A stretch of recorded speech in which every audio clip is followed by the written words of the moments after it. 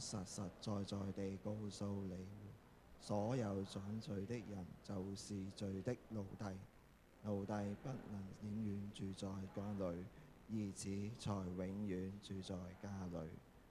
所以上帝的兒子若使你們自由，你們就真正自由了。我知道你們是亞伯拉罕的後裔，你們若是試殺我，因為你們心裏容不下我的道。我所說的是我父那裏看見的，你們所罪的人由你們的父那裏聽到的。他們回答耶穌：我們的父是亞伯拉罕。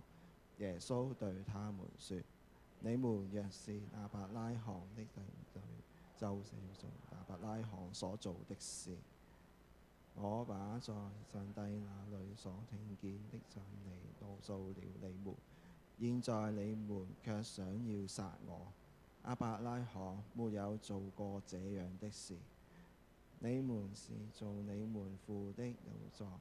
他們就對他說：我們不是從淫亂生的，我們只有一位父，就是上帝。耶穌對他們說：但願上帝是你們的父，你們愛我，因為我本是出於上帝，那是同上帝聯合。我不是憑着自己來，而是他從上而來的。你們為什麼不明白我嗎？無非是你們聽不進我的道。你們是出於你們的父魔鬼，你們寧願隨着你們父的慾念而行。他從起初就是殺人的，不守真理，因他心裏老有神理。他說謊是出於自己的本性，因他本來是說謊的，也是說謊者的父。但是因為我們受權，你們就不信。你們中間誰能承認我的罪呢？你我們就連什麼人呢？出於上帝的，念上帝的話，你們不聽，因為你們不是出於上帝。請會眾繼續讀約翰福音8章44節。約翰福音8章44節。你們寧願隨着你們父的慾念而行。他從起初就是殺人的，不守真理，因他心裏沒有真理。他說謊是出於自己的本性，因他本來是說謊的，也是說謊者之父。願神祝福上帝嘅話語，又係本堂牧師為我哋證道。證道嘅講題係自由，第5講。有請劉偉達牧師。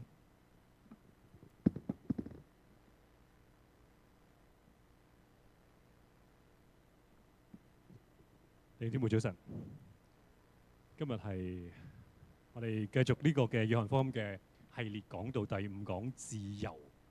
咁我相信我哋人都中意自由，係咪？我哋都愛好自由噶嘛，歌都有得唱啦。有一句嘅歌詞叫做原諒我這一生不羈放縱愛自由啊嘛。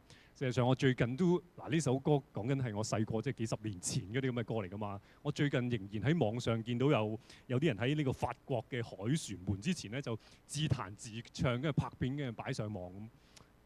今時今日幾十年後都繼續有人唱啦。我相信有啲人可能就中意喺可能東京鐵塔咁樣自彈自唱擺上網啦。有可能有啲人中意喺萬里長城就自彈自唱，跟住拍片擺上網啦。有啲人可能中意喺新北江咁樣即係自彈自唱擺上網等等啦嚇。咁事實上歌詞都話俾我哋知，其實人就係中意自由。而我相信大家都寫過類似嘅嘢，就係大家學生時代有冇寫過類似嗰啲我嘅志願啊、我嘅夢想嗰啲咁樣嘅作文係嘛？有舉一舉手啊！即係都有啊，係嘛？即係通常就算你冇寫過，你都應該諗過你嘅夢想啊！我嘅夢想就係成為一個出色嘅廚師，我嘅夢想就係代表天水圍打呢個世界盃咁樣，即係可能我哋都有即係呢啲唔同嘅夢想。但係我相信你哋寫我嘅夢想、我嘅志願嘅時候，應該冇人會咁樣寫噶嘛。就係我嘅志願就係成為全地球上最出色嘅奴隸，身不由己被人控制嘅感覺，實在令人嚮往。我憧憬未來被奴役嘅生活係多美好多感人啊！有冇人係咁樣寫你嘅我嘅志願啊？冇噶嘛，即係我相信唔會有人會咁樣寫我嘅志願噶嘛。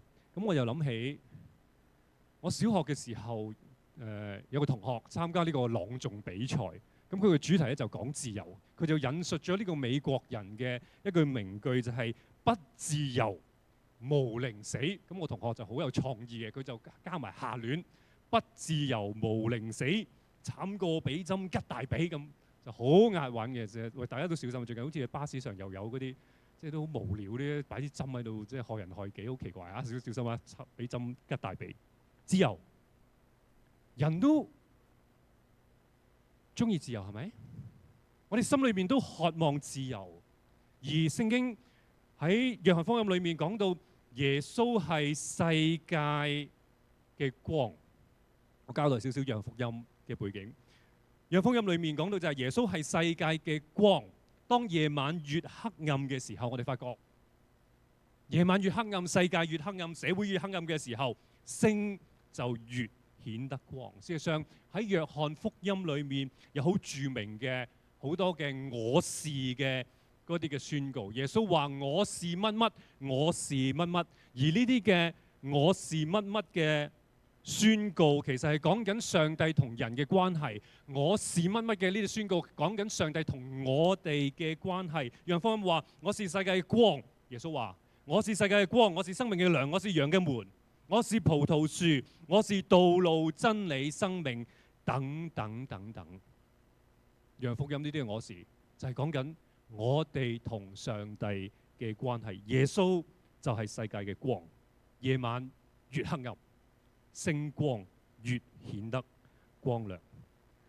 31節8章，耶穌對信他的猶太人說：你們若繼續遵守我嘅道，就真是我的門徒了。嗱，留意呢度佢嘅對象，耶穌對緊一班信佢嘅人講嘢，信佢嘅猶太人。耶穌對呢啲嘅信佢嘅猶太人講：只要你哋時常嘅遵行我嘅教導，耶穌嘅教導，你就係真門徒。留意呢度，耶穌係對緊相信佢嘅猶太人。原來門徒嘅意思係咩呢？常常遵行上帝嘅話，耶穌嘅話就係真門徒。門徒代表緊一種嘅堅定嘅決心，決心係要生活喺耶穌嘅話語底下，決心依靠主耶穌嘅話，決心不斷嘅聆聽真理、思考真理、堅守真理、遵行真理。作門徒就係代表住我哋得救係恩典。作門徒係講緊就係我哋喺呢份嘅得救嘅恩典底下，喺主耶穌嘅恩典嘅主權底下生活。呢個就係作門徒。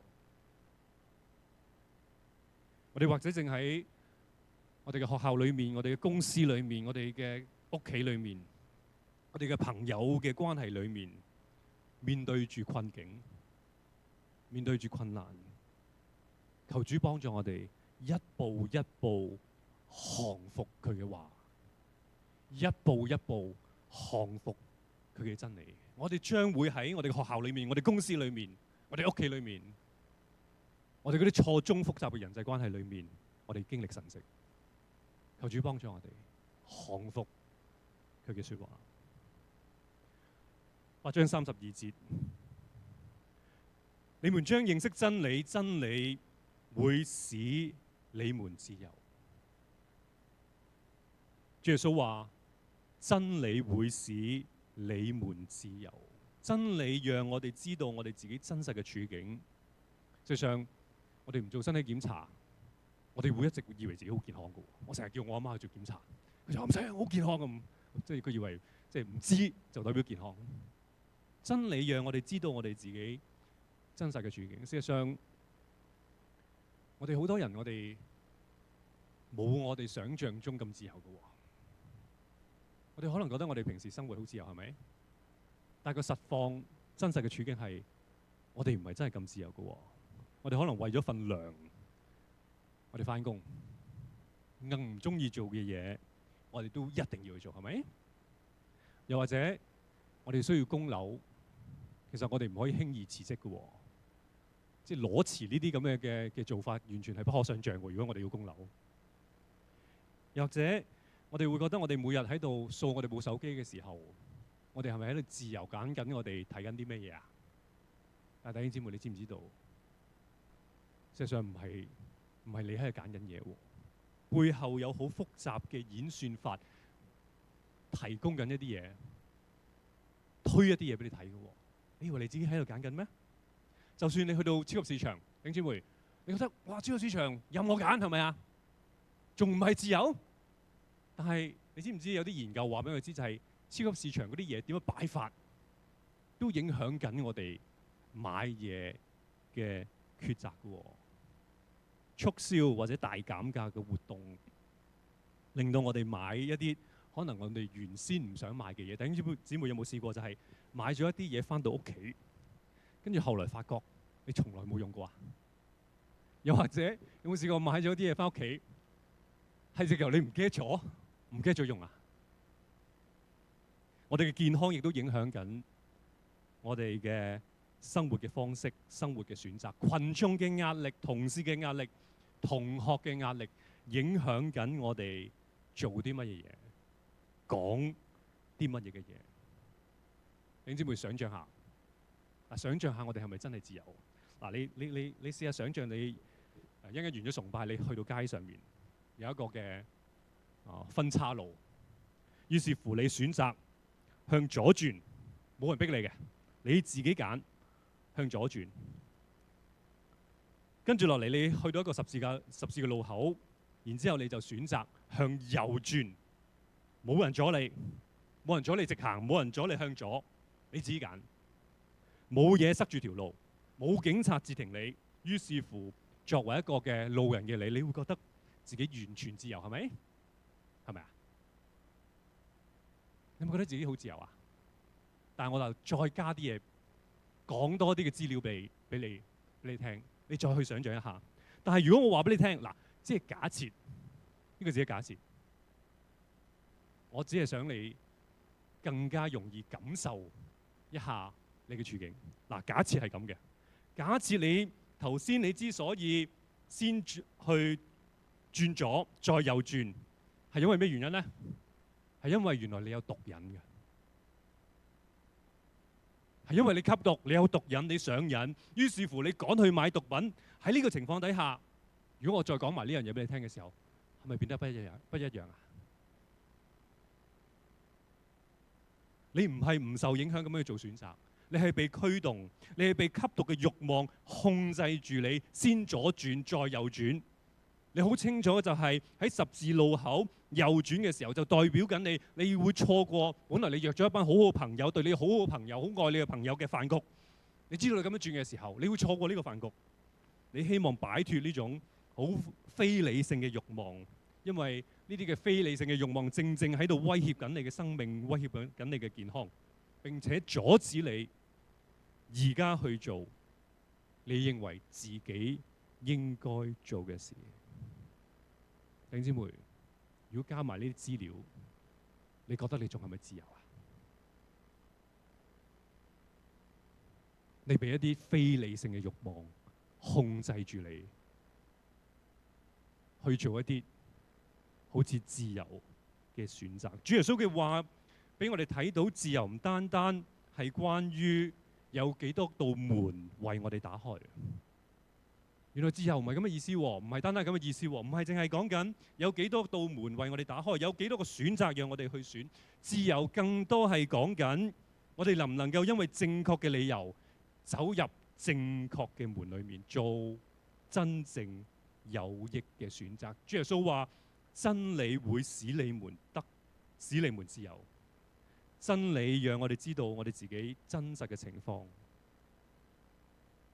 自由唔單單係講緊有幾多個選擇，而係我哋能唔能夠自由咁樣去揀一啲，讓我哋能夠真正滿足，讓我哋真正得益嘅嘢。有一個實驗係咁嘅。呢個實驗咧係講就係即係俾人一啲嘅選擇，可能俾即係6個選擇，或者俾24或者30個選擇俾啲人去揀。嗱，你睇幅圖嗰啲數就唔係好對，我俾大概俾大家知道，即係個實驗係點樣做啦嚇。就俾6種嘅嘢俾佢揀，或者俾24或者30種嘅嘢俾佢揀。結果嘅發現，呢一個嘅實驗結果發現，俾少啲選擇俾人，反而能夠真係揀到喎，真係買到果醬喎。少啲選擇反而真係揀到喎，真係買到啲果醬喎。並且當佢做咗選擇買咗之後，佢係會有更大嘅滿足。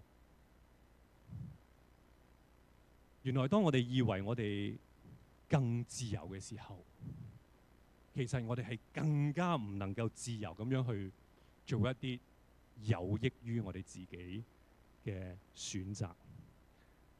跟住落嚟，主耶穌對一班反對佢嘅猶太人咁樣講，呢班係一班反對耶穌嘅猶太人。他們回答他：我們是亞伯拉罕嘅後裔，從來沒有作過誰嘅奴隸，你怎麼說會使你們自由呢？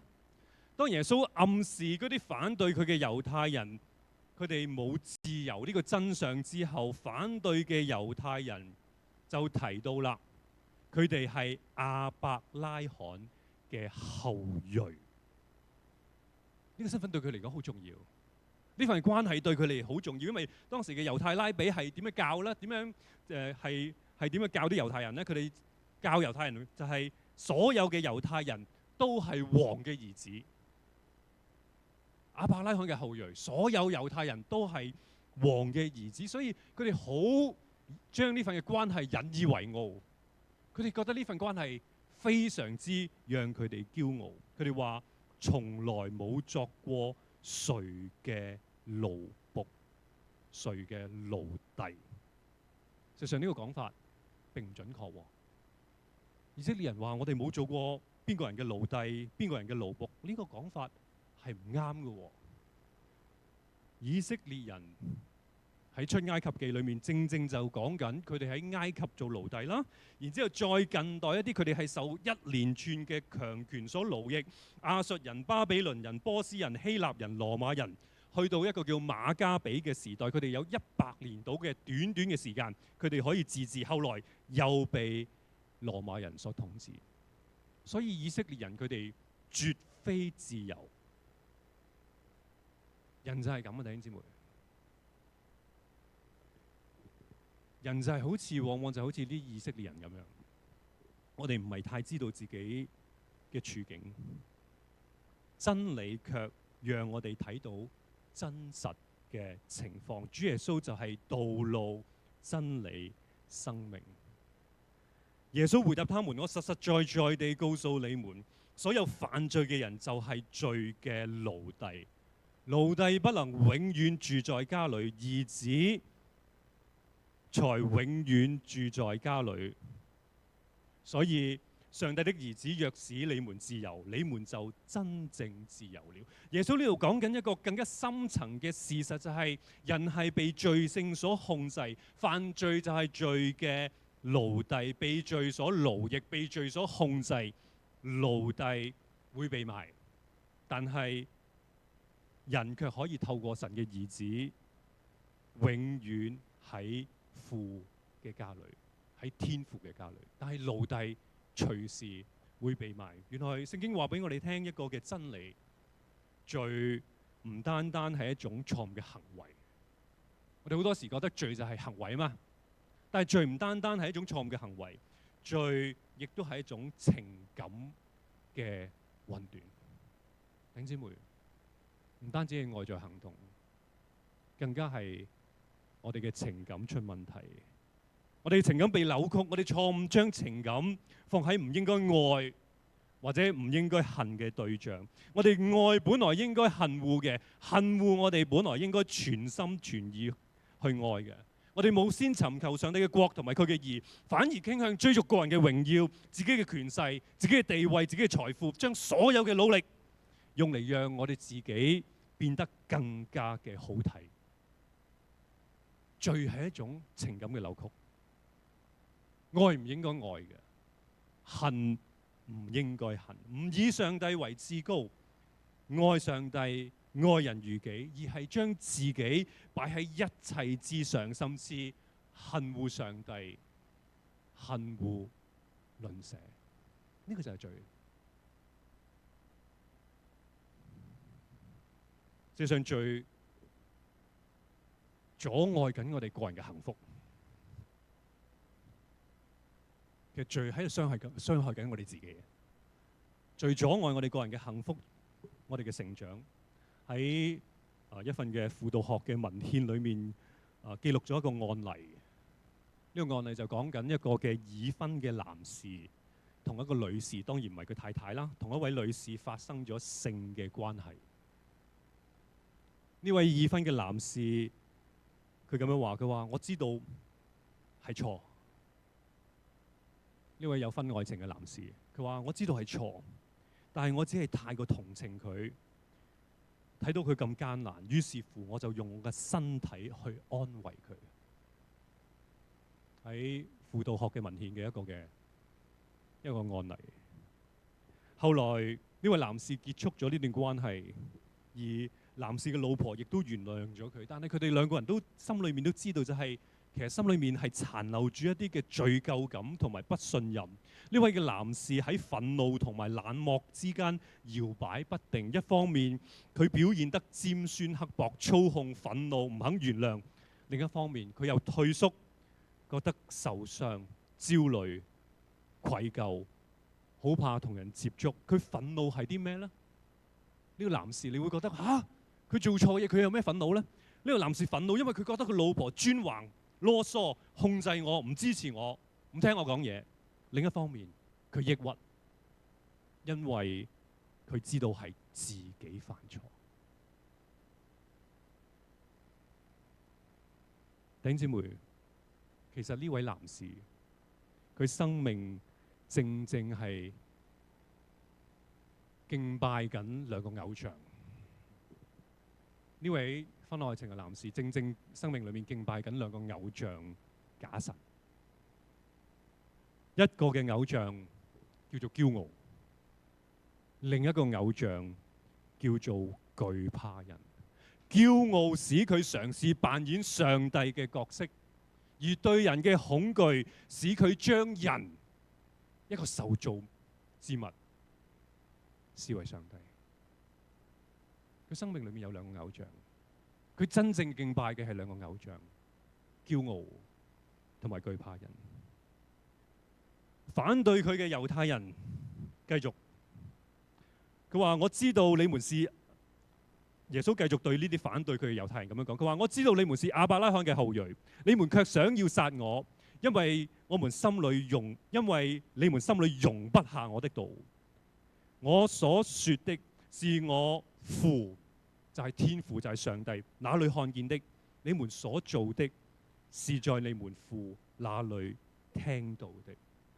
亞伯拉罕呢啲嘅不信嘅以色列人，敵對耶穌嘅以色列人，不斷重複就係我係亞伯拉罕嘅後裔。神呼召亞伯拉罕，的確係一個好重要人物。亞伯拉罕呼召佢，上帝最後成為咗以色列民族。喺呢個嘅民族嘅當中出現咗一位嘅救主，就係主耶穌。而因為主耶穌恩典嘅福音，唔同嘅民族，唔單單係單一嘅民族，都得到祝福。耶穌承認佢嘅反對者確確實實係亞伯拉罕呢個好重要嘅人物嘅後裔。不過佢哋想殺耶穌嘅呢個舉動，正正講緊啲咩呢？就係佢哋並唔係亞伯拉罕嘅後裔，並唔係亞伯拉罕真正屬靈嘅子孫。呢班人佢哋真正屬靈嘅父係魔鬼。佢哋真正屬靈嘅父唔係亞伯拉罕，佢哋真正屬靈嘅父係魔鬼。正如約翰一書3章10節，請弟兄姊妹。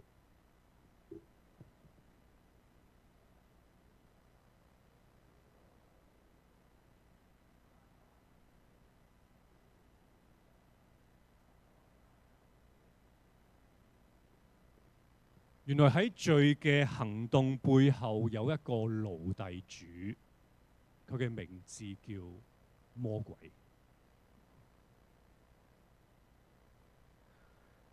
他們回答耶穌：我們的父是亞伯拉罕，重重複複都繼續就擺喺我哋嘅祖先就係亞伯拉罕。有啲人就係咁樣噶嘛，你問佢咩，佢都重複個答案噶嘛。你食咗飯未啊？我祖先係亞伯拉罕啊。你做咗運動未啊？我祖先係亞伯拉罕啊。你最近好嘛？我祖先係亞伯拉罕，重重複複就係講呢啲嘅嘢。佢哋就覺得好重要。我們嘅父是亞伯拉罕。耶穌對他們說：你們若是亞伯拉罕嘅兒女，就會做亞伯拉罕所做嘅事。事實上，亞伯拉罕同上帝嘅關係非常好，係上帝嘅好朋友。我把在上帝那裏所聽見嘅真理告訴你們，現在你們卻想要殺我。亞伯拉罕沒有做過這樣的事。你們是做你們父嘅工作。他們就對他說：我們不是從淫亂生的。留意喎，突然間爆出一個主題：我們不是從淫亂生的，我們只有一位父，就是上帝。主耶穌嘅反對者仍然停留喺嗰種嘅物質嘅層次，仍然係講緊我同某個偉人嘅一個嘅關係，不斷重申就係我哋嘅父就係亞伯拉罕。耶穌反駁佢哋：既然你哋係亞伯拉罕嘅兒女，就應該行亞伯拉罕所行嘅事。亞伯拉罕同上帝有極好嘅關係，佢愛上帝，但係佢哋卻係因為耶穌講從上帝而嚟嘅真理，想要殺佢。呢個唔係亞伯拉罕會做嘅事。相反，佢哋正正喺度做緊佢哋真正屬靈父嘅父嘅事。佢哋真正屬靈嘅父就係魔鬼。面對住真理呢班嘅反對耶穌嘅猶太人，佢哋好惡毒咁嘅回應。佢哋話：佢哋並唔係從淫亂所生。呢度講緊啲咩咧，弟兄姊妹？呢度佢哋大概就喺度侮辱緊耶穌。耶穌嘅出世係點樣㗎？耶穌嘅出世係聖靈神蹟嘅聖靈感孕嘛。佢嗰陣時仲未同佢嘅丈夫有任何嘅性嘅關係㗎嘛。嗰陣時仲未結婚㗎嘛。聖靈感孕而生㗎嘛。耶穌好自然呢啲嘅神蹟就帶嚟好多嘅流言蜚語，一啲嘅謠言，就係可能就係同某個男人即係搞埋咯，所以就生咗耶穌。呢度呢班嘅反對耶穌嘅人，正正就係講緊呢樣嘢。佢哋串緊耶穌啊！佢唔單止去攻擊耶穌，仲攻擊埋耶穌阿媽。事實上我哋香港人都係咁噶嘛。我哋香港人用粗口鬧人，都唔係淨係針對嗰個對象噶嘛，會針對埋人哋阿媽噶嘛。呢班人咪做緊呢樣嘢咯。謠言唔係真理，謠言卻係被用嚟攻擊真理。弟兄姊妹，原來地球上仲有部分嘅地球人係認為地球係平嘅喎。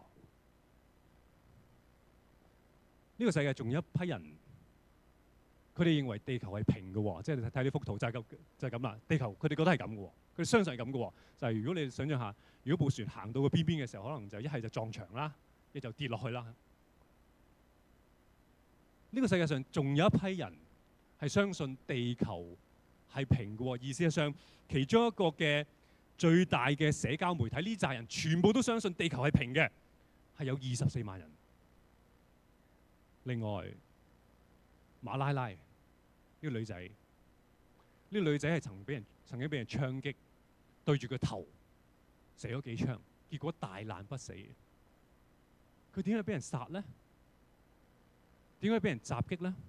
只係因為佢話女仔都有權受教育，就俾人槍擊。光照喺黑暗裏面，黑暗卻不接受光。弟兄姊妹，我哋唔好期望當我哋傳福音嘅時候，當我哋宣講真理嘅時候，一定會有好嘅反應。黑暗越深，反彈就越大。你可以想象就係你喺間黑嘅房裏面，乜嘢光都冇，突然間有光射落嚟，你最自然嘅反應係咩？擋住咯，擦眼咯。黑暗越深，反彈越大。耶穌對他們說：假如上帝是你們嘅父，你們會愛我，因為我本是出於上帝，也是從上帝而來。我不是憑着自己來，而是差我來的，而是他差我來的。你們為什麼不明白我的話呢？無非是你們聽不進我嘅道。耶穌對住呢班反對嘅猶太人講就係：你哋聽唔進、聽唔入耳啊！我所講嘅道點解啊？因為真理唔一定好聽嘅喎。耶穌所教嘅真理，從上帝而嚟嘅真理唔一定好聽喎，弟兄姊妹。AI 其中一個受歡迎嘅原因就係佢真係好識講一啲好好聽嘅説話喎。你試下做個實驗啊！你真係諗一條連你自己覺得勁低能嘅問題，然之後你問佢啊，然之後佢就會好正面咁樣去讚你嘅。哇！你呢條問題真係好有深度啊！你真係好英明神武啊！你真係好厲害咯！AI 就係咁㗎。好好聽啊！佢嘅回應，你就算你真係整一條最你自己都覺得低能嘅問題擺落去，真理。耶穌話：你們聽不進我的道。44節，你們是出於你們嘅父魔鬼，你們寧願隨着你們父的慾念而行。他從起初就是殺人的，不守真理，因他心裏沒有真理。他說謊是出於自己的本性，因他本來是說謊的，也是說謊者之父。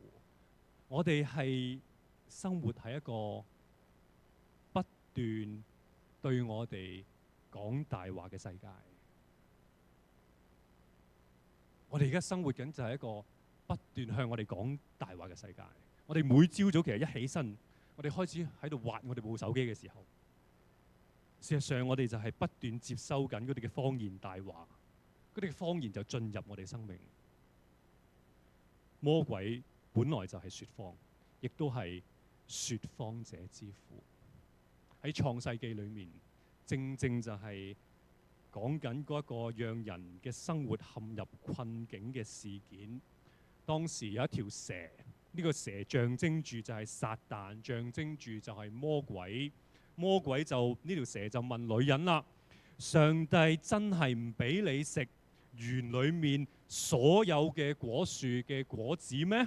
事實上，魔鬼咁樣問喎，係咪上帝真係唔俾你食所有嘅果樹嘅果子咩？神其實冇咁講過。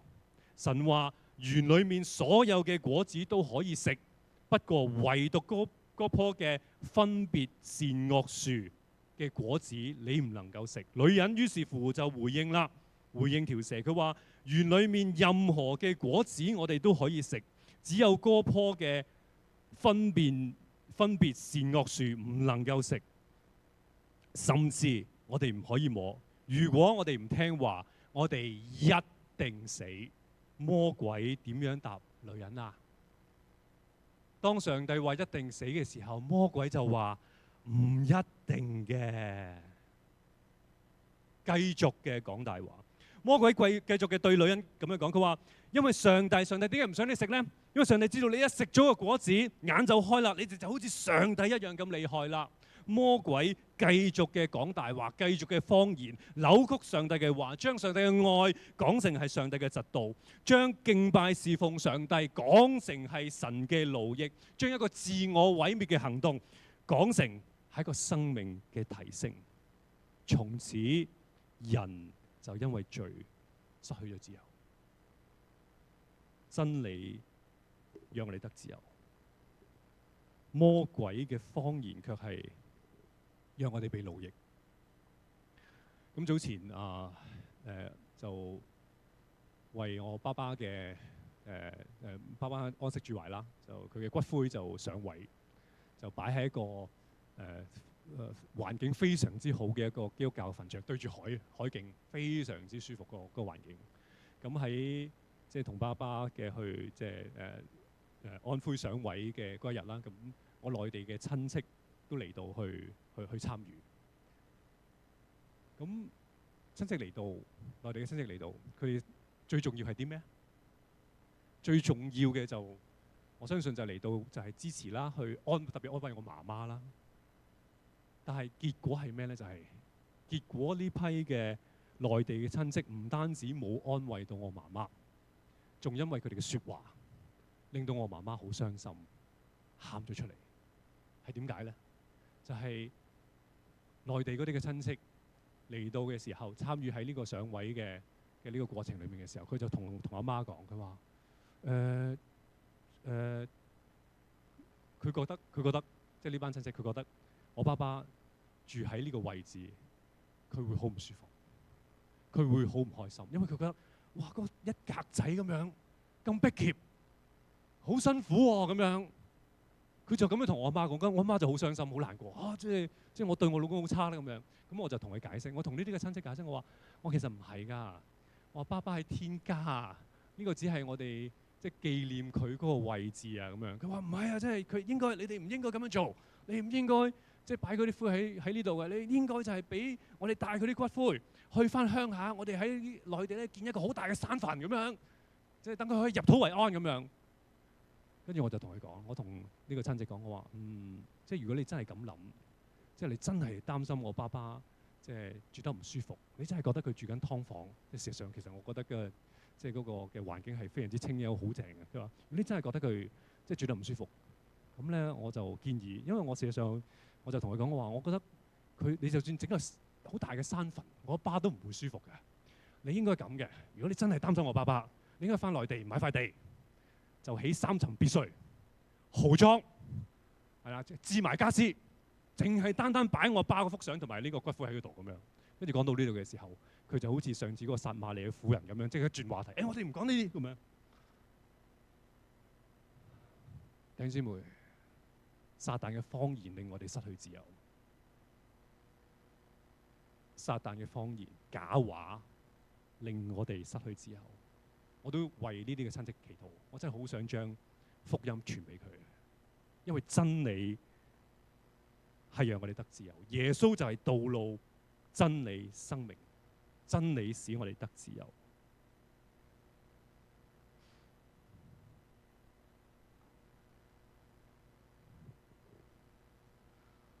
咁早前呢，就係呢一個嘅世界盃嘅呢個總決賽，我想問下。弟兄姊妹，你哋有冇人係有睇呢場比賽㗎？有冇啊？都有部分弟兄姊妹。支持西班牙隊嘅可以舉一舉手，有冇啊？都唔少喎。支持呢個阿根廷嘅咧？哦，OK，嗱，各有一啲啦。咁而事實上有大部分弟兄姊妹係冇舉手㗎嘛，係可以嘅喎。即係你喺世界盃裏面，你係可以既唔支持西班牙，亦都係唔支持阿根廷，係可以嘅喎。即係我就係兩隊都唔支持，我淨係支持天水圍嘅啫，咁係絕對可以啊，係咪？係可以嘅，弟兄姊妹。但係今日嘅聖經好清楚嘅話俾我哋知，喺屬靈上只有2隊，冇第3隊。今日嘅聖經，主耶穌嘅教導好清楚，喺屬靈上只有2隊，並冇第3隊。一隊叫做耶穌隊，另一隊就叫做魔鬼隊。你唔喺耶穌隊，你自然就喺魔鬼隊。你話唔係，我中立，我邊隊都唔係，你揀咗啦。當你話你中立嘅時候，你就企喺魔鬼隊嘅當中。我哋嘅生命就係咁，我哋嘅生命總係喺度侍奉緊一啲嘢，總係喺度敬拜緊一啲嘢。如果我哋唔係侍奉敬拜主耶穌，我哋自然就係侍奉敬拜假神偶像。而耶穌呢位救世主，使我哋能夠得到自由。我哋同心禱告。